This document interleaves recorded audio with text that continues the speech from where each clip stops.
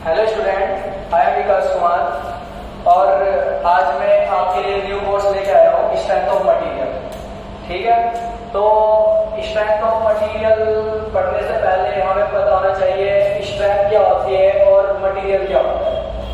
ठीक है, तो बेसिकली ऐसा हमें पता है स्ट्रेंथ क्या होती है। स्ट्रेंथ क्या होती है? किसी मटेरियल ने फेल होने से पहले जितना मैक्सिमम लोड दिया, किसी मटेरियल ने फेल होने से पहले जितना मैक्सिमम लोड दिया उस लोड को ही क्या बोलते हैं? स्ट्रेंथ बोलते हैं उस मटेरियल की। ठीक है, दूसरी लैंग्वेज में क्या बोल सकते हैं? जैसे इंग्लिश में बोलते हैं, कुछ बच्चे इंग्लिश में बताओ तो इंग्लिश में क्या बोल सकते हैं? Resistance against the gradually load. Resistance against the gradually loading. तो ये डेफिनेशन मैं आपको बताना नहीं चाहता यहाँ पे। क्यों नहीं बताना चाहता? उसका रीजन होता है क्योंकि आप मुझसे पूछोगे ग्रेजुअल लोडिंग क्या होता है। ग्रेजुअल लोडिंग का मतलब क्या होता है? जब लोड का मैग्नीट्यूड हम टाइम के साथ क्या करते हैं? धीरे धीरे धीरे धीरे क्या करते हैं? इंक्रीज करते हैं, तब उस प्रकार के लोड को क्या बोलते हैं? यहाँ पर हम ग्रेजुअली लोड। अगर किसी मटेरियल ने धीरे धीरे से बढ़ने वाले लोड को बगैर फेल हुए सहन कर लिया, तब हम क्या करेंगे? उस मटेरियल की जो स्ट्रेंथ है वो क्या है? अच्छी है। ठीक है, तो क्या कह सकते हैं? स्ट्रेंथ क्या होती है? किसी मटेरियल ने फेल होने से पहले जितना मैक्सिमम लोड लिया उस मैक्सिमम लोड को क्या बोलते हैं? उस मटेरियल की स्ट्रेंथ बोलते हैं। दूसरी लैंग्वेज में क्या बोल सकते हैं? Resistance against the gradually loading. Gradually loading के प्रति किसी मटेरियल ने जितना रेजिस्टेंस ऊपर किया, जितना विरोध उत्पन्न किया, उस विरोध को क्या बोलते हैं? उस मटेरियल की स्ट्रेंथ बोलते हैं। समझ गए यहाँ तक? दूसरी चीज होती है यहाँ पर मटेरियल। मटेरियल बोल दो या बॉडी बोल दो, दोनों चीज क्या रहती है? सेम रहती है। ठीक है, वो चीज पृथ्वी पर वो चीज जिसका फिक्स मास होता है, जिसका फिक्स कुछ द्रव्यमान होता है, जिसका कुछ क्या रहता है? वॉल्यूम होता है, जिसकी कुछ शेप होती है, जिसका कुछ साइज होता है, तब उन चीजों को ही क्या बोलते हैं? मटेरियल बोलते हैं और बॉडी बोलते हैं। समझ के यहाँ तक? तो स्ट्रेंथ ऑफ मटेरियल या अर्थ सरफेस पर दो प्रकार की बॉडी होती है बेसिकली। कौन कौन सी बॉडी होती है? पहली कौन सी होती है भाई? रिजिड बॉडी होती है। पहली कौन सी होती है? रिजिड बॉडी होती है। दूसरी होती है डिफॉर्मेबल बॉडी। डिफॉर्मेबल बॉडी पहली कौन सी होती है? रिजिड बॉडी होती है। दूसरी कौन सी होती है? डिफॉर्मेबल बॉडी होती है।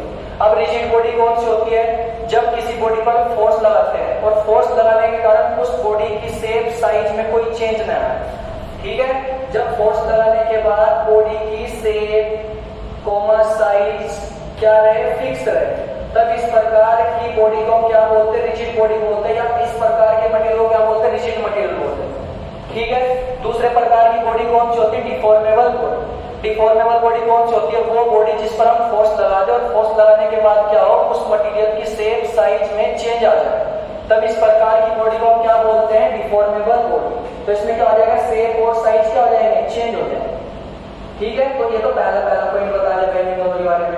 दूसरा पॉइंट क्या होता है कि अगर हमें से कोई पूछने लगे कि डिफॉर्मेबल बॉडी की हम कहाँ पे स्टडी करते हैं और रिजिड बॉडी की हम कहाँ पे स्टडी करते हैं, तो रिजिड बॉडी की स्टडी करता है यहाँ पर स्ट्रेंथ ऑफ मटेरियल। तो सो में हम बेसिकली किसकी स्टडी करते हैं? रिजिड बॉडी की स्टडी करते हैं।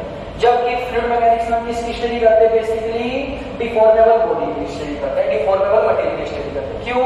क्योंकि हमें पता है जो डिफॉर्मेबल बॉडी कौन कौन से, जैसे वाटर हो गया और एयर हो गया, और इनकी स्टडी तो हम फ्लूइड मैकेनिक्स में करते हैं यहाँ पर। ठीक है, तो जो हमारा स्ट्रेंथ ऑफ मटेरियल जो मेन कंसर्न रहेगा किससे रहेगा? रिजिड बॉडी से रहेगा। और ध्यान रखना स्ट्रेंथ ऑफ मटेरियल हम क्या करते हैं? मटेरियल की एनालिसिस करते हैं, फिर उस एनालिसिस के आधार पर हम क्या करते हैं? आरसीसी पढ़ते हैं। उस आरसीसी से हम क्या करते हैं? उन बॉडी का या उन मेंबर का हम क्या करते हैं? डिजाइन करते हैं। समझ गए? तो एनालिसिस पार्ट को हम किसमें कवर करते हैं भाई? स्ट्रेंथ ऑफ मटेरियल में कवर करते हैं।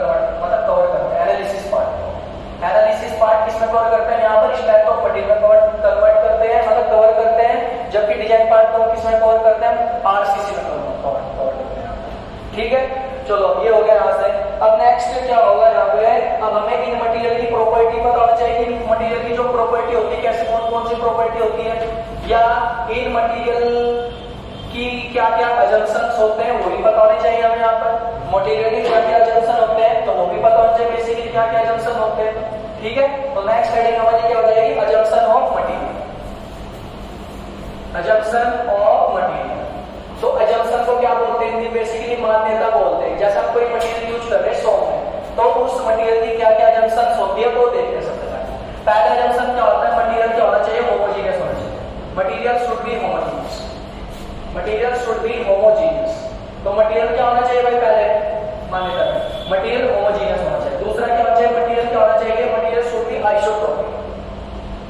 ठीक है, मटेरियल पहले इसमें क्या होना चाहिए, होमोजीनियस होना चाहिए। दूसरी इसमें मान्यता क्या होती है, मटेरियल क्या होना चाहिए, आइसोट्रोपिक होना चाहिए। अब होमोजीनियस का मतलब क्या होता है, होमोजीनियस का मतलब स्ट्रेंथ ऑफ मटेरियल में उससे नहीं है कि जैसे हम गांव के लिए मतलब पहले 10वीं क्लास में बोलते थे कि होमोजीनियस मटेरियल हो गया, जिसे हिंदी में क्या बोलते हैं, समान, कि जो सेम साइज के पदार्थों से मिलकर बना पदार्थ होता है, क्या बोलते हैं, होमोजीनियस। तो हम सोम की लैंग्वेज में ऐसे नहीं बोलेंगे, यहाँ पर हमें सोम की लैंग्वेज में थोड़ा बताना पड़ेगा कि होमोजीनियस क्या होता है, होमोजीनियस प्रॉपर्टी क्या होती है, होमोजीनियस मटेरियल क्या होता है। तो सबसे पहले पता हो जाए होमोजीनियस क्या होता है। होमोजीनियस होमोजीनियस क्या होता है, जैसे मुझे पता है कि किसी मटेरियल की दो इलास्टिक प्रॉपर्टी होती है। किसी मटेरियल की कितनी प्रॉपर्टी होती है, दो इलास्टिक प्रॉपर्टी होती है। एक इलास्टिक प्रॉपर्टी एक क्या होता है, ई होता है, दूसरा क्या होता है, म्यू होता है। इस ई को क्या बोलते हैं यहाँ पर, इस ई को क्या बोलते हैं यहाँ पर, मॉडुलस ऑफ इलास्टिसिटी। इस म्यू को क्या बोलते हैं यहाँ पर, इस म्यू को बोलते हैं पॉइजन रेशियो। इस म्यू को क्या बोलते हैं, पॉइजन रेशियो। समझ गए यहाँ तक। चलो, हमें पता है कि किसी मटेरियल की डायरेक्शन को प्रदर्शित करने के लिए कितनी डायरेक्शन शो की जाती है, वैसे 3 डायरेक्शन शो की जाती है, एक्स वाई जेड। पहली कौन सी डायरेक्शन होगी, एक्स होगी, दूसरी कौन सी होगी, वाई होगी, तीसरी कौन सी होगी, जेड डायरेक्शन होगी। समझ गए। जब किसी मटेरियल की इलास्टिक प्रॉपर्टी, जब किसी मटेरियल की इलास्टिक प्रॉपर्टी, जब किसी मटेरियल की इलास्टिक प्रॉपर्टी किसी पर्टिकुलर डायरेक्शन में, जब किसी मटेरियल की इलास्टिक प्रॉपर्टी किसी पर्टिकुलर डायरेक्शन में, किसी पर्टिकुलर डायरेक्शन में डिफरेंट पॉइंट्स पर, जैसे एक पॉइंट ये ले लिया, दूसरा पॉइंट ये ले लिया, तीसरा पॉइंट ये ले लिया, जब किसी मटेरियल की इलास्टिक प्रॉपर्टी किसी पर्टिकुलर डायरेक्शन में डिफरेंट पॉइंट पर सेम रहे, तब उस प्रकार के मटेरियल को हम क्या बोलते हैं, यहाँ पर होमोजीनियस मटेरियल बोलते हैं। जैसे मैं एक्स डायरेक्शन में कवर कर रहा हूँ, ठीक है, कोई मटेरियल को, माना ए पॉइंट पर उस मटेरियल की इलास्टिक प्रॉपर्टी ई और म्यू थी, बी पर भी उसकी प्रॉपर्टी ई और म्यू थी, और सी पर भी उसकी प्रॉपर्टी क्या थी, ई और म्यू थी। तो जब किसी मटेरियल की इलास्टिक प्रॉपर्टी किसी पर्टिकुलर डायरेक्शन में डिफरेंट पॉइंट्स पर क्या रहे, सेम रहे, तब उस प्रकार के मटेरियल को क्या बोलते हैं, यहाँ पर होमोजीनियस मटेरियल कहते हैं। समझ गए यहाँ पे भाई, ठीक है। दूसरा कौन सा होता है यहाँ पर, आइसोट्रोपिक मटेरियल। अब आइसोट्रोपिक मटेरियल क्या होता है, चलो पहले होमोजीनियस से पहले कॉल कर देते हैं, ठीक है। जब किसी मटेरियल की इलास्टिक प्रॉपर्टी किसी पर्टिकुलर डायरेक्शन में डिफरेंट पॉइंट पर क्या रहे, सेम रहे, उस मटेरियल को क्या बोलते हैं, होमोजीनियस मटेरियल। तो यहाँ से हमें क्या पता चल गया, यहाँ से हमें पता चल गया कि होमोजीनियस की जो प्रॉपर्टी होती है, होमोजीनियस मटेरियल की जो इलास्टिक प्रॉपर्टी होती है, वो पॉइंट पे डिपेंड नहीं करती। तो यहाँ पे क्या लिख सकते हैं, ये क्या होती है, पॉइंट इंडिपेंडेंट होती है, पॉइंट इंडिपेंडेंट होती है, मतलब पॉइंट पे डिपेंड नहीं करती। क्यों नहीं डिपेंड करती, क्योंकि इस वाले पॉइंट पे सेम है, इस पे भी सेम है, इस पे भी सेम, और ज्यादा पॉइंट हो सकते हैं, फिर क्या रहेगी, सेम रहेगी। समझ के यहाँ तक, ठीक है। दूसरा मटेरियल कौन सा होता है हमारे पास, आइसोट्रोपिक मटेरियल। दूसरा मटेरियल कौन सा होता है भाई, आइसोट्रोपिक मटेरियल। अब आइसोट्रोपिक मटेरियल क्या होता है वो देख लेते हैं सबसे पहले। दूसरा मटेरियल कौन सा होता है, आइसोट्रोपिक मटेरियल। अब आइसोट्रोपिक मटेरियल की कुछ प्रॉपर्टी होती है यहाँ पर। अब जैसे मैंने बताया कि किसी मटेरियल को 3 डायरेक्शन में प्रदर्शित किया जाता है, एक तो एक्स डायरेक्शन, एक वाई डायरेक्शन, दूसरी कौन सी होती है, जेड डायरेक्शन, ठीक है। जब किसी मटेरियल की प्रॉपर्टी डिफरेंट डायरेक्शन में किसी पर्टिकुलर पॉइंट पर क्या रहे, सेम रहे, जब किसी मटेरियल की प्रॉपर्टी इलास्टिक प्रॉपर्टी, जैसे एक पॉइंट एक्स डायरेक्शन में एक पॉइंट ये मान लिया, वाई डायरेक्शन में एक पॉइंट ये मान लिया, जेड डायरेक्शन में एक पॉइंट ये मान लिया। तो जब किसी मटेरियल की इलास्टिक प्रॉपर्टी डिफरेंट डायरेक्शन में किसी पर्टिकुलर पॉइंट पर क्या रहे, सेम रहे, तब इस प्रकार के मटेरियल को हम क्या बोलते हैं, यहाँ पर आइसोट्रोपिक मटेरियल कहते हैं। समझ के भाई यहाँ तक। तो देखो, तो यहाँ पे डिफरेंट डायरेक्शन में किसी पर्टिकुलर पॉइंट में मटेरियल की प्रॉपर्टी क्या होती है, सेम हो रही है। तो इसका मतलब क्या है, आइसोट्रोपिक मटेरियल दिख रहा है। आइसोट्रोपिक जो मटेरियल होता है, चाहे उसका कोई सी डायरेक्शन में रख दे जाके, वो डायरेक्शन पे डिपेंड नहीं करेगा। तो हम क्या कर सकते हैं, यहाँ से पेपर में ऐसे एक क्वेश्चन आएगा कि बताओ एक मटेरियल है, उसकी जो प्रॉपर्टी है वो डायरेक्शन पे डिपेंड नहीं करती, डायरेक्शन से क्या होती है, इंडिपेंडेंट होती है। तो बताओ कौन सा मटेरियल होगा, तो उस मटेरियल को क्या बोलते हैं, आइसोट्रोपिक मटेरियल। तो यहाँ पे क्या कर रहे हैं, डायरेक्शन इंडिपेंडेंट, ठीक है। चलो, ये हो गया हमारा यहाँ से, ठीक है। नेक्स्ट टॉपिक आज हमारा कौन सा रहेगा, नेक्स्ट टॉपिक रहेगा हमारा, क्योंकि अभी हम बेसिक पढ़ रहे हैं भाई सोम का, ठीक है। इंट्रोडक्शन पार्ट पढ़ रहे हैं कि सोम में हमें क्या क्या करना है, क्या करते हैं, लोड क्या होता है, ये बेसिक छोटी डेफिनेशंस होती है ना, उन्हें कवर करना है सबसे पहले, ठीक है। Next heading types of load. Next heading क्या होती है, टाइप्स ऑफ लोड। तो टाइप्स ऑफ लोड पढ़ रहे थे। देखो भाई यहाँ पे टाइप्स ऑफ लोड क्या होते हैं, सब डिफरेंट प्रकार के क्या होते हैं, लोड्स होते हैं। जैसे सबसे पहले लोड होता है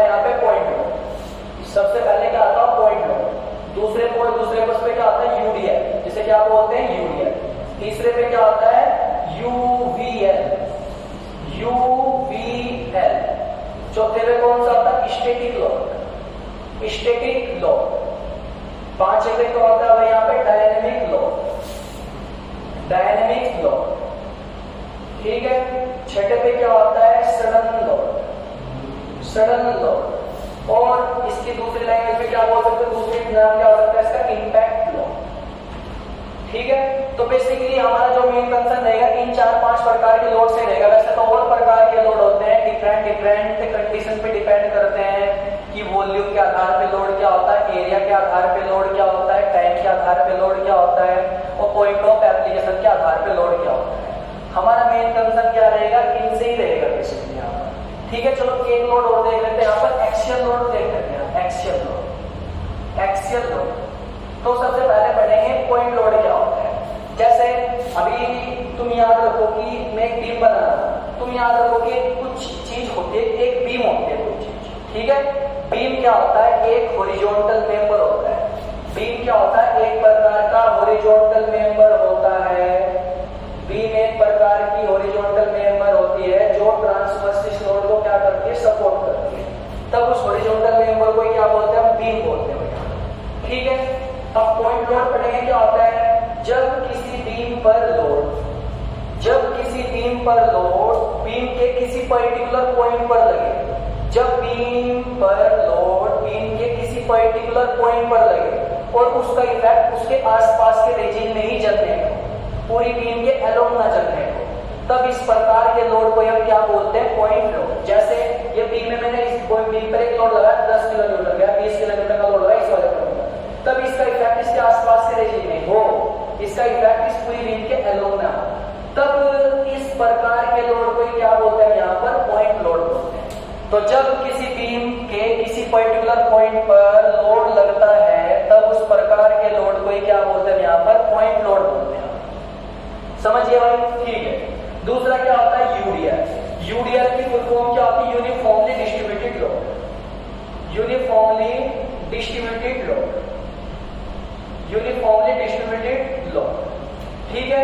यूडीएल क्या होता है, जैसे मुझे पता है मेरे पास क्या लेनी, मैंने एक बीम और ले ली यहाँ से, ये बीम ले ली यहाँ पर, ठीक है, ले ली। तो जब बीम की लेंथ के अलोंग लोड समान रूप से फैला रहता है, जब बीम की लेंथ के अलोंग लोड समान रूप से फैला रहता है तब उस प्रकार के लोड को क्या बोलते हैं, यूडीएल। और यूडीएल को प्रदर्शित करने का सिंबल कैसा होता है, जिसकी इंटेंसिटी हर एक सेक्शन में क्या रहती है, सेम रहती है। वो लोड जिसका मान बीम के हर एक सेक्शन पर सेम रहे तब उस प्रकार के लोड को क्या बोलते हैं, यहाँ पर यूडीएल। यूडीएल को प्रदर्शित करने का तरीका क्या होता है, डब्ल्यू, छोटा डब्ल्यू, मात्रक क्या हो जाएगा, किलो न्यूटन पर मीटर। इसका मतलब क्या है, बीम की 1 मीटर लेंथ में कितना लोड लग रखा है, डब्ल्यू किलो न्यूटन का लोड लग रखा है, तब इस प्रकार के लोड को हम क्या बोलते हैं, यूडीएल, यूनिफॉर्मली डिस्ट्रीब्यूटेड लोड। समझ गए यहां तक। इसका मान बीम के हर एक सेक्शन पर क्या रहता है, कांस्टेंट रहता है, तब इस प्रकार के लोड को हम क्या बोलते हैं, यूडीएल। समझ गए यहां तक, ठीक है। तीसरे प्रकार का लोड होता है यहाँ पर यूवीएल। यूवीएल की फुल फॉर्म क्या होती है, uniformly varying load, uniformly varying load. तो मैंने एक बीम बनाई यहाँ पर, सिंपली सपोर्टेड बीम बना रहा हूँ यहाँ पर एक में, ठीक है। अब यूवीएल क्या होता है, तो यूवीएल क्या होता है, वो लोड जिसका मैग्नीट्यूड या जिसकी इंटेंसिटी बीम की लेंथ के अलोंग इंक्रीज होती रहती है। वो लोड जिसकी इंटेंसिटी या जिसका मैग्नीट्यूड बीम की लेंथ के अलोंग लगातार क्या होता रहता है, बढ़ता रहता है, बढ़ता रहता है इस प्रकार से, तब इस प्रकार के लोड को हम क्या बोलते हैं, यूवीएल। दूसरी लैंग्वेज में से क्या बोल सकते हैं, यूवीएल को ट्रायंगुलर लोडिंग भी बोल सकते हैं। क्या बोल सकते हैं इसे, ट्रायंगुलर लोडिंग। समझ गए यहाँ तक। जिसकी इंटेंसिटी, जिसका अधिकतम मान कितना होता है, जो यूडीएल होता है उसके ही समान होता है इसका मान। समझ गए यहाँ तक। अभी मैं आपको ये नहीं बता रहा हूँ कि यूडीएल को पॉइंट लोड में कैसे कन्वर्ट करेंगे, ट्रायंगल लोडिंग को पॉइंट लोड में कैसे कन्वर्ट करेंगे, क्योंकि मैं तो बता दूंगा तुम्हें, लेकिन उससे पहले हमें पता चाहिए कि ट्रायंगल का सीजी की डिस्टेंस पे लगेगा। चलो मैं अभी तो बता रहा हूँ तुम्हें कहाँ पे लगेगा, लेकिन मैं फिर बाद में तुम्हें निकालना सिखाऊंगा भी कि डिफरेंट शेप पे जो मटेरियल है उनका सीजी कहाँ पे एक्ट करेगा, उनका सीजी कहाँ पे एक्ट करेगा। समझ गए। अभी मेन कंसर्न है मेरा टाइप्स ऑफ लोड से, तो मैं टाइप्स ऑफ लोड ही बताऊंगा, ठीक है। तो वो लोड जिसकी इंटेंसिटी बीम की लेंथ के लोग लगातार इंक्रीज होती रहती है, तब उस प्रकार के लोड को ही हम क्या बोलते हैं, यूवीएल, यूनिफॉर्मली वैरिंग लोड। समझिए यहाँ तक। नेक्स्ट क्या होता है, स्टैटिक लोड। स्टैटिक लोड किसे बोलते हैं भाई, वो लोड जिसका मान टाइम के साथ चेंज न हो, वो लोड जिसका मान टाइम के साथ चेंज ना हो, टाइम के साथ क्या रहे, वो फिक्स रहे, तब उस प्रकार के लोड को हम क्या बोलते हैं यहाँ पर, स्टैटिक लोड। अब तुम सोच रहे हो कि स्टैटिक लोड में ऐसा कौन सा लोड होगा जिसका मान टाइम के साथ चेंज ना होता होगा, तो हमें पता है स्ट्रक्चर का खुद का वेट। स्ट्रक्चर के खुद के वेट को ही क्या बोलते हैं वहां पर, स्टैटिक लोड बोलते हैं, जिसे दूसरी लैंग्वेज में क्या बोलते हैं, डेड लोड और सेल्फ वेट, और क्या बोलते हैं, सेल्फ। तो वो लोड जिसका मान टाइम के साथ चेंज ना हो, तब उस प्रकार के लोड को हम क्या बोलते हैं यहाँ पर, स्टैटिक लोड बोलते हैं, जैसे डेड लोड हो गया और क्या हो गया, सेल्फ वेट हो गया।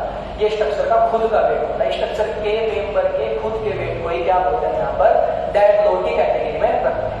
ठीक है भाई यहाँ तक। Next dynamic load. Dynamic load क्या होता है, वो लोड जिसका मान टाइम के साथ क्या होता रहता है, चेंज होता रहता है, लगातार बढ़ता भी रहता है, लगातार घटता भी रहता है, तब इस प्रकार के लोड को हम क्या बोलते हैं, डायनेमिक लोड की कैटेगरी में रखते हैं, डायनेमिक लोड कहते हैं। तो वो लोड जिसका मान टाइम के साथ चेंज होता रहता है, तब उस प्रकार के लोड को हम क्या बोलते हैं यहाँ पर, डायनेमिक लोड बोलते हैं। डायनेमिक लोड की कैटेगरी में कौन सा जाएगा, जैसे अर्थक्वेक का लोड, इसका आगे अर्थक्वेक लोड हो गया या लाइव लोड हो गया। लाइव लोड मतलब चलता फिरता लोड, लाइव लोड का मतलब क्या होता है, चलता फिरता लोड, अर्थक्वेक लोड होता है क्या होता है। ठीक है। नेक्स्ट कौन सा आता है, suddenly load, suddenly applied load या इम्पैक्ट लोड। अचानक से एकदम लोड लगा देते, जैसे मेरा हाथ है, अब ये बिल्कुल क्या इस पे कोई लोड ले रहा है, ये मार्कर है, तो मार्कर का कुछ वेट मैंने ऊपर से गिरा दिया है, तो इस मार्कर ने मेरे हाथ पर अचानक से जितना लोड अप्लाई किया, समझ गए, इस मार्कर ने मेरे हाथ पर अचानक से जितना लोड अप्लाई किया, उस लोड को हम क्या बोलते हैं, इम्पैक्ट लोड और सडनली लोड। समझ गए। इम्पैक्ट लोड का मान 2 गुना ज्यादा होता है किसी कंपेयर में, स्टैटिक लोड की कंपेयर में। ये अभी तुम्हें याद रखना है, बाद में तुम्हें इसका डेरिवेशन करके बताऊंगा किसका। ये सडनली लोड जब किसी मटेरियल पर लगता है, तो सडनली लोड का जो मैग्नीट्यूड होता है वो स्टैटिक लोड की कंपेयर में 2 गुना क्या होता है, ज्यादा होता है। जेईई के पेपर में कई बार क्वेश्चन पूछ लिया गया है, वो क्यों होता है 2 गुना ज्यादा, वो मैं तुम्हें बाद में बताऊंगा। ठीक है, अभी इंट्रोडक्शन पार्ट कवर करेंगे। नेक्स्ट क्या होता है, एक्सियल लोड क्या होता है। अब एक्सियल लोड देखते हैं भाई क्या होता है यहां से। ठीक है,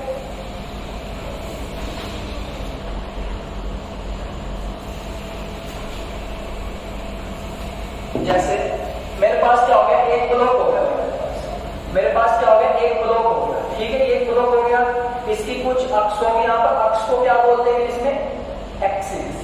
क्या बोलते हैं इंग्लिश में, एक्सिस। ठीक है, तो वो लोड जब किसी बीम में कोई अक्ष या एक्सिस उसके मिड से होकर जाती है, जब किसी बीम में या किसी भी मेंबर में अक्ष या एक्सिस उसके मिड से होके जाती है, उसके मध्य से होके जाती है, माना इस मटेरियल की जो हाइट हो कितनी h, तो ऊपर से ये वाली लाइन h/2 पे होगी और नीचे से ये वाली लाइन कितनी पे होगी, h/2 पे होगी। जब किसी बीम पर, किसी बीम की लेंथ के अलोंग वाली जो एक्सिस होती है, लेंथ के साथ वाली जो अक्ष होती है, उस अक्ष को क्या बोलते हैं यहाँ पर, लॉन्गिट्यूडनल एक्सिस बोलते हैं। क्या बोलते हैं उसे, लॉन्गिट्यूडनल एक्सिस बोलते हैं।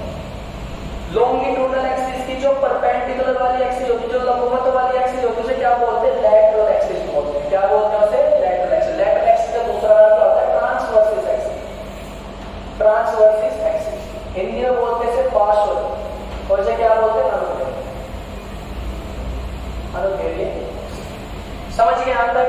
तो जब किसी बीम की या किसी बॉडी की लॉन्गिट्यूडनल एक्सिस के अलोंग लोड लगता है, जब किसी बीम या किसी बॉडी की लॉन्गिट्यूडनल एक्सिस के अलोंग कोई लोड लगता है, तब उस प्रकार के लोड को ही क्या बोलते हैं यहाँ पर, एक्सियल लोड बोलते हैं। क्या बोलते हैं भाई उसे, एक्सियल लोड बोलते हैं। समझ गए यहाँ तक। चलो नेक्स्ट टॉपिक कवर करेंगे यहाँ, जो तो हमारा कवर।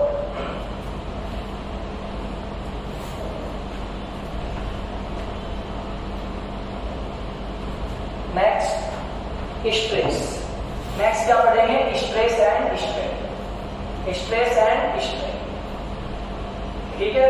तो स्ट्रेस सबसे पहले बताना चाहिए क्या होती है स्ट्रेस। हिंदी में स्ट्रेस को बोलते हैं प्रतिबल।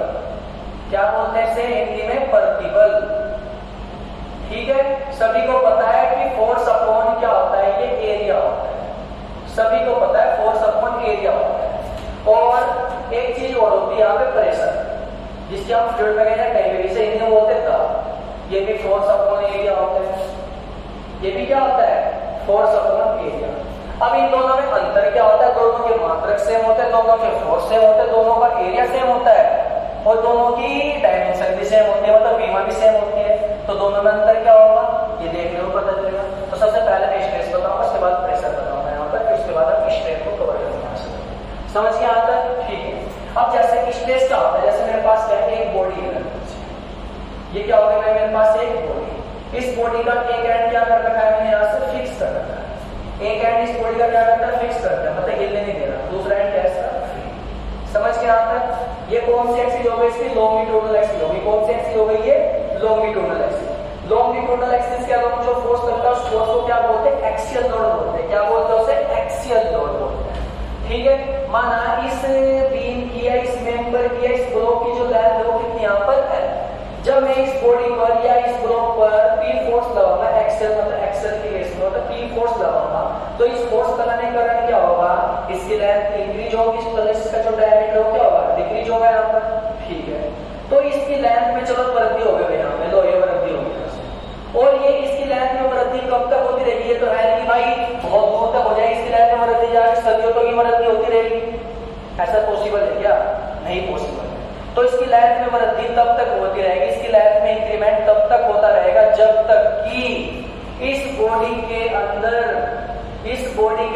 जो मटेरियल है उस मटेरियल में उत्पन्न होने वाला फोर्स इस एक्सटर्नल फोर्स के बराबर न हो। जब इस बॉडी के अंदर जो मॉलिक्यूल्स है, मटेरियल है, उनके अंदर उत्पन्न होने वाला जो फोर्स है, जनरेट होने वाला फोर्स है, जब एक्सटर्नल फोर्स के बराबर हो जाता है, तब इस कंडीशन में इस बार की लेंथ में चेंज होना क्या होता है? रुक जाता है। क्या हो गया? रुक गया। तो ये इंटरनल फोर्स जनरेट हो गया, तो क्या देगा? पी आई दिया। तब इंटरनल फोर्स और इस ब्लॉक के क्रॉस सेक्शनल एरिया के रेशियो को ही क्या बोलते हैं यहाँ पर? प्रतिबल या स्ट्रेस। समझ गए यहाँ तक? तो स्ट्रेस को हम सिग्मा से ही प्रदर्शित करते हैं, स्ट्रेस को हम छोटे एफ से ही प्रदर्शित करते हैं। तो क्या हो जाएगा यहाँ पर? पी आई बटे ए, जहां पे ए कौन सा होता है? ये cross section area, cross sectional area. A क्या होता है यहाँ पर? Cross sectional area. ये समझ गए पी आई क्या होता है? कि जब मैंने किसी मटेरियल पर फोर्स लगाया तो फोर्स लगाने के कारण क्या होगा? मटेरियल की लेंथ में वो चेंज होता रहेगा, और वो चेंज कब तक होता रहेगा? वो तब तक होता रहेगा जब तक कि मटेरियल के या बॉडी के अंदर जनरेट होने वाला जो फोर्स है वो एक्सटर्नल फोर्स के बराबर ना हो जाए। तब इस कंडीशन में बॉडी के अंदर जनरेट होने वाला इंटरनल फोर्स तथा बॉडी के क्रॉस सेक्शनल एरिया के रेशियो को क्या बोलते हैं यहाँ पर? स्ट्रेस बोलते हैं। अब देखो दो एरिया होते हैं, एक तो क्रॉस सेक्शनल एरिया होता है, क्या होता है? सिंपल एरिया होता है। जैसे मैंने एक बीम बनाई हुई है, ऐसी मैंने क्या बना दी? बीम बना दी। ठीक है, क्या बना दी? बीम बना दी। ये क्या होगी? बीम की लेंथ होगी। क्या होगी? बीम की लेंथ। अभी अंदर भी कुछ होगा, वहां मुझे नहीं पता क्या है। इस टाइप से बॉडी बना दी, इस टाइप से ये बना दी, कोई बीम बना दी इस टाइप से। ठीक है, अब तुम क्या होगी? इसका एरिया बताओ। तो लंबाई गुणा हाइट मत कर देना ऐसे। हम पूरी सिविल इंजीनियरिंग में जिस एरिया की बात करते हैं वो एरिया होता है क्रॉस सेक्शनल एरिया। कौन सा एरिया होता है? वो क्रॉस सेक्शनल एरिया। तो क्रॉस सेक्शनल एरिया और सिंपल एरिया में क्या अंतर होता है? देख लो यहाँ पर। अभी सिंपल एरिया सामने देख रहे हो तो लंबाई गुणा हाइट करोगे आधे से, वो गलत है। देखिए वो क्या है? गलत है। हमें क्या करना पड़ता है? क्रॉस सेक्शनल एरिया में क्या करेंगे? जैसे मेरे पास एक डस्टर है, ये डस्टर ले लेते हो, अभी इधर से देख रहे हैं यहाँ पर, तो हमें क्या दिखाई दे रहा है? लंबाई गुणा लंबाई और हाइट दिखाई दे। तो सिंपल एरिया बता देंगे लंबाई गुणा खत्म। क्रॉस सेक्शनल एरिया क्या होता है? इस पेन को क्या करेंगे? बीचों बीच कट कर देंगे, यहाँ से कट कर दिया, यहाँ से कट कर दिया, फिर उधर से देखेंगे। तो उधर से देखने के बाद क्या दिखाई दे रहा है मुझे? इसकी विड्थ दिखाई दे रही है, इसकी हाइट दिखाई दे रही है यहाँ पर। तो तब इस कंडीशन में हाइट तथा विड्थ के गुणनफल को या मल्टीप्लिकेशन को ही क्या बोलते हैं यहाँ पर? Cross sectional area. समझ के यहाँ तक भाई? तो चलो यहाँ से एक सेक्शन कट किया, यहाँ से फिर इधर से देखेंगे, तो इधर से देखने के बाद क्या दिखाई दे रहा है मुझे? ये चीज दिखाई दे रही है। यहाँ पे क्या हो गया? यहाँ पे इसकी विड्थ हो गई, यहाँ पे इसकी क्या हो गई? ये हाइट हो गई। ठीक है, तो क्रॉस सेक्शन एरिया ए बराबर क्या हो जाएगा? बी गुना सभी दोनों के गुणनफल को क्या बोलते हैं यहाँ पर? Cross sectional area. समझ गए यहाँ तक? ठीक है, तो इंटरनल फोर्स बटे ए क्रॉस सेक्शनल एरिया के रेशियो को क्या बोलते हैं यहाँ पर? स्ट्रेस बोलते हैं। समझ के यहाँ तक? ठीक है। दूसरा पॉइंट स्ट्रेस के बारे में, दूसरा पॉइंट क्या होता है? अब जैसे मैंने तुम्हें बताया दाब क्या होता है, दाब भी फोर्स अपॉन एरिया होता है और स्ट्रेस भी क्या होता है, फोर्स अपॉन एरिया होता है। तो प्रतिबल में या स्ट्रेस में जो फोर्स होता है वो इंटरनल फोर्स होता है और ये इंटरनल फोर्स कैसे भी लग सकता है, ये कोई सी भी डायरेक्शन में लग सकता है बजाय नॉर्मल।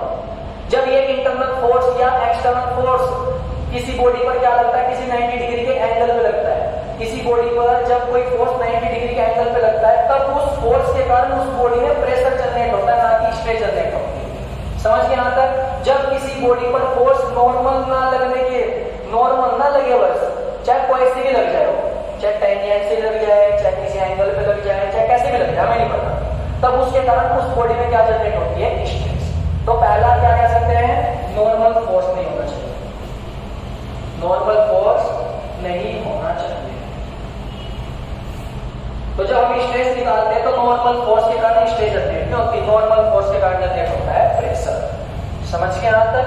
ठीक है, चलो ये हो गया। तो सबसे पहले हमें क्या पता चला कि बॉडी में सबसे पहले स्ट्रेन जनरेट होती है, उस स्ट्रेन को रोकने के लिए तब बॉडी में क्या जनरेट होती है, स्ट्रेस जनरेट होती है। समझ के यहाँ तक बात क्लियर होगी? ठीक है। और हाँ, स्ट्रेस में क्या होता है, स्ट्रेस क्या होता है एक बताओ, चलो बाद में बताऊंगा, तो चलो देखते हैं। ठीक है, नेक्स्ट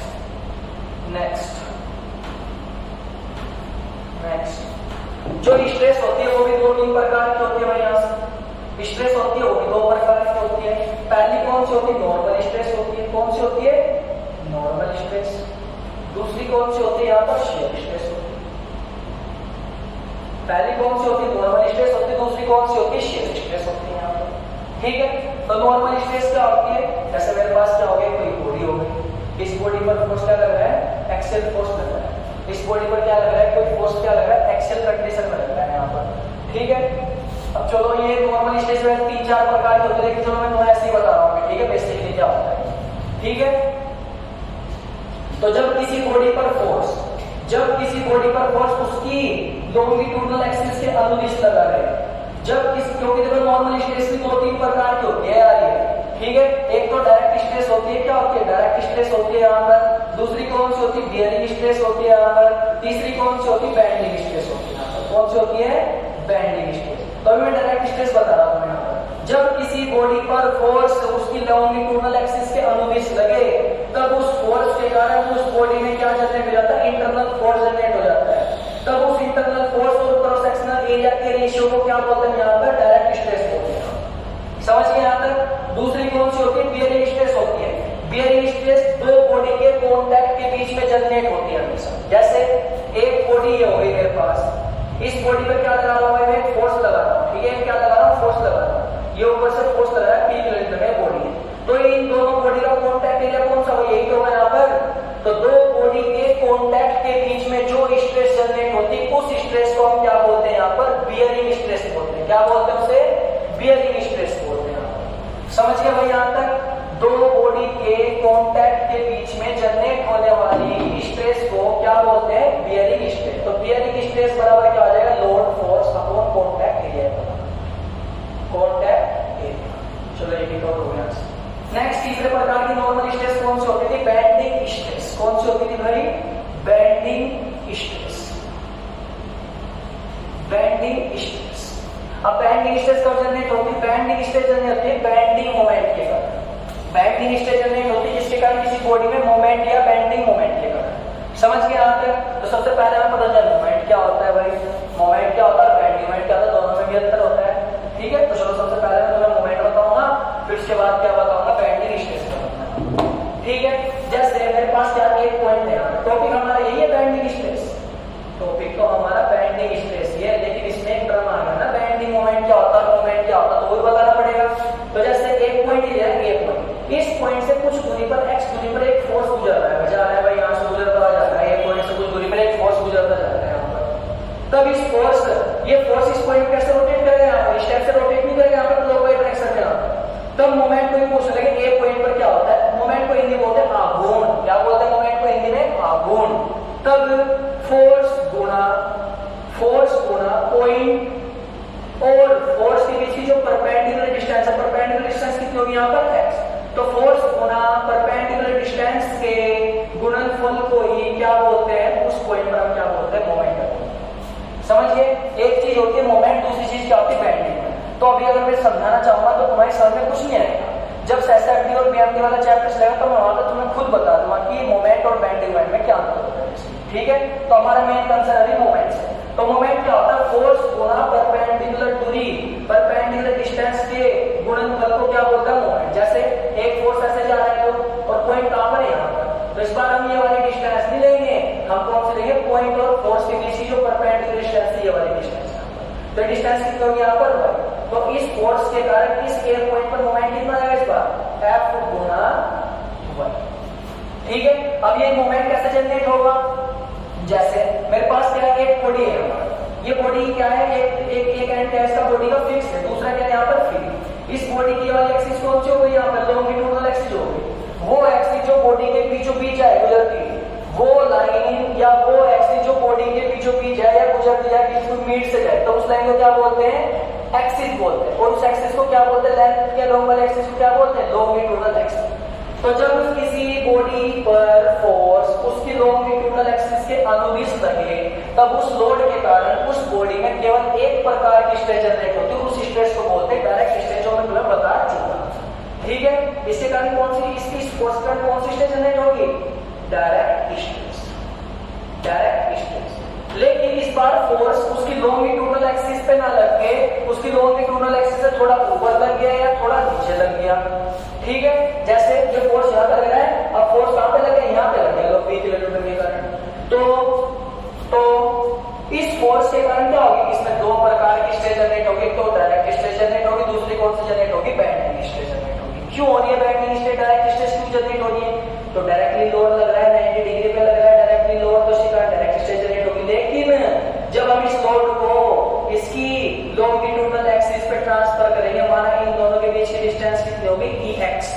तो फोर्स तथा किसी बीम या किसी बॉडी की लॉन्गिट्यूडनल एक्सिस के बीच की जो डिस्टेंस होती है, उस डिस्टेंस को हम क्या बोलते हैं, इसेंट्रिसिटी। क्या बोलते हैं उसे, इसेंट्रिसिटी। हिंदी में क्या बोलते हैं उसे, उत्केंद्रता। तब उस इसेंट्रिसिटी के कारण उस बॉडी में मोमेंट भी जनरेट होता है। अब वो मोमेंट कैसे जनरेट होता है वो देखते हैं यहाँ पर। देखो भाई यहाँ से, ठीक है, इसे भूल जाओ। अब मुझे क्या करना है, इस फोर्स को यहाँ पे ट्रांसफर करना है। चलो देखते हैं यहाँ पे इस फोर्स को कैसे ट्रांसफर कर सकते हैं।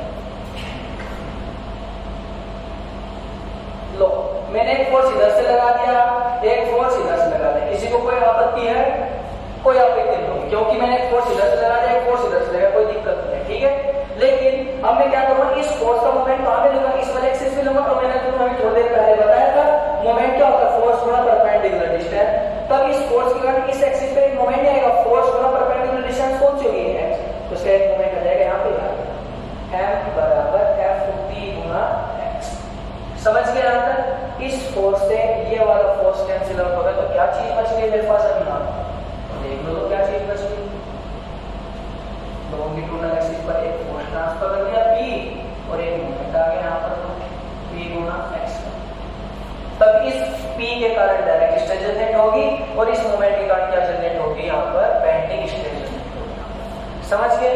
जो बेंडिंग स्ट्रेस होती है वो भी दो प्रकार की होती है। किसी बीम के बैंड होने के कारण, किसी बीम के बैंड होने के कारण जो स्ट्रेस जनरेट होती है, उस स्ट्रेस को हम क्या बोलते हैं, बेंडिंग स्ट्रेस। किसी बीम के बैंड होने के कारण जो स्ट्रेस जनरेट होती है, उस स्ट्रेस को ही क्या बोलते हैं यहाँ पर, बेंडिंग स्ट्रेस।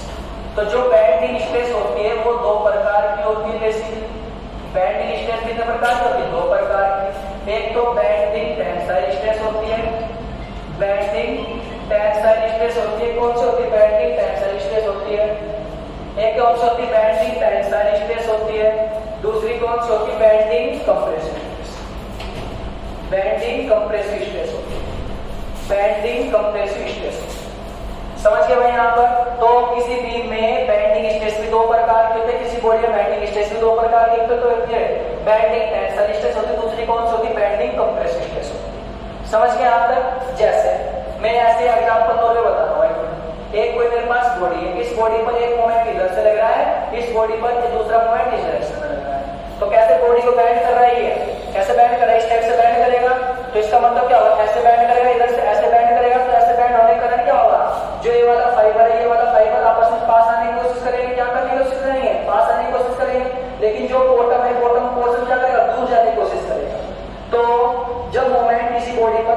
साइड भी लग रहा है और इधर भी लग रहा है। तब जब ये दोनों क्या करेंगे, दोनों सिरे होंगे, दोनों सिरे पास आने को स्प्रिंग, तो टॉप पर कौन सी स्टेज जनरेट होगी यहाँ पर, कंप्रेसिव स्टेज। और इसके फिर ये जो बॉटम है, बॉटम पर कौन सी स्टेज बनेगी, दूर जाने को स्प्रिंग, दूर जाने का कौन सी स्टेज जनरेट होगी यहाँ पर, टेंसाइल स्टेज। तो हम क्या कह सकते हैं, बॉडी पर बेंडिंग स्ट्रेस होती है, वो भी दो प्रकार की होती है। कौन सी होती है, पहली कौन सी होती है, बेंडिंग टेंसाइल स्ट्रेस होती है, दूसरी कौन सी होती है, बेंडिंग कंप्रेसिव स्ट्रेस होती है।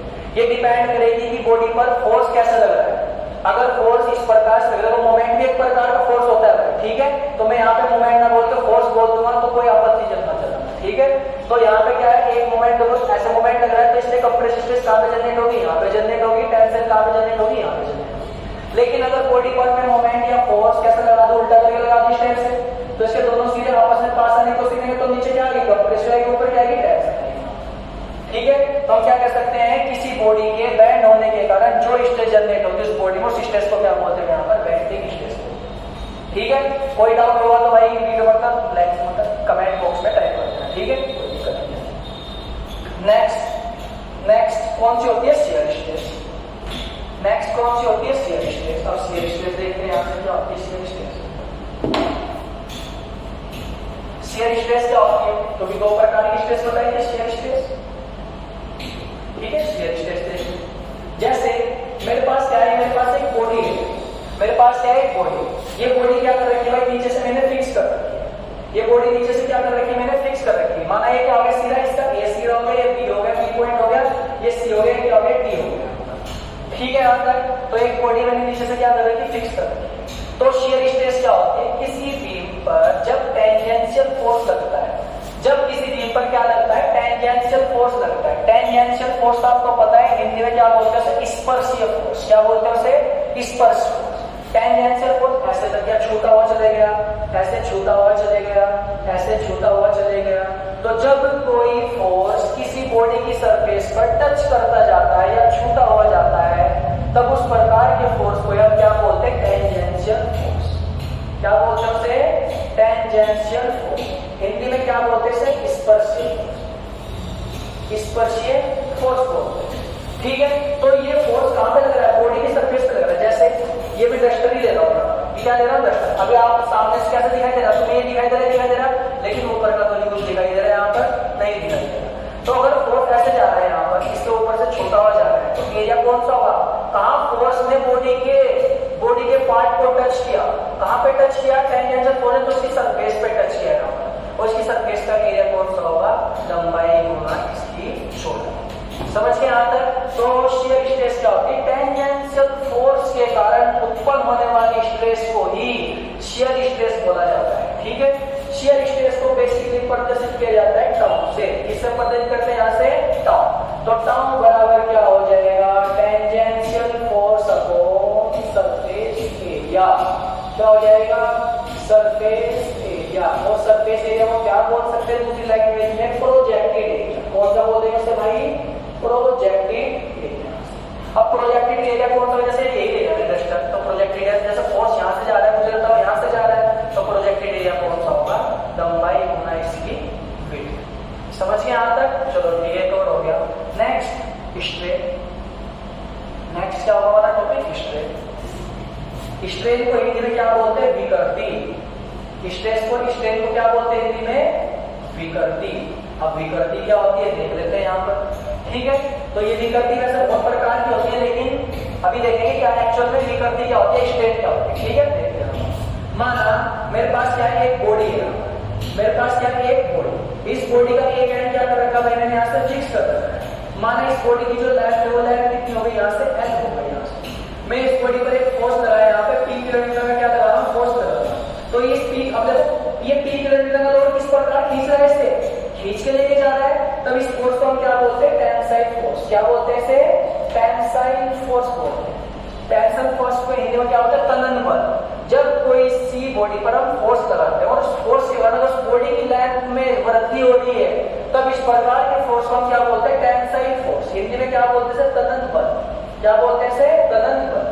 जब किसी बॉडी पर फोर्स टेंशन ना लगे, क्या लगा रहे हैं, दबा रहे हैं, हम किसी बॉडी को क्या कर रहे हैं, कंप्रेस कर रहे हैं, जिसके कारण क्या होता है, उस बॉडी की जो लेंथ होती है क्या होती है, घट जाती है। तब इस प्रकार के फोर्स को हम क्या बोलते हैं यहाँ पर? Compressive force.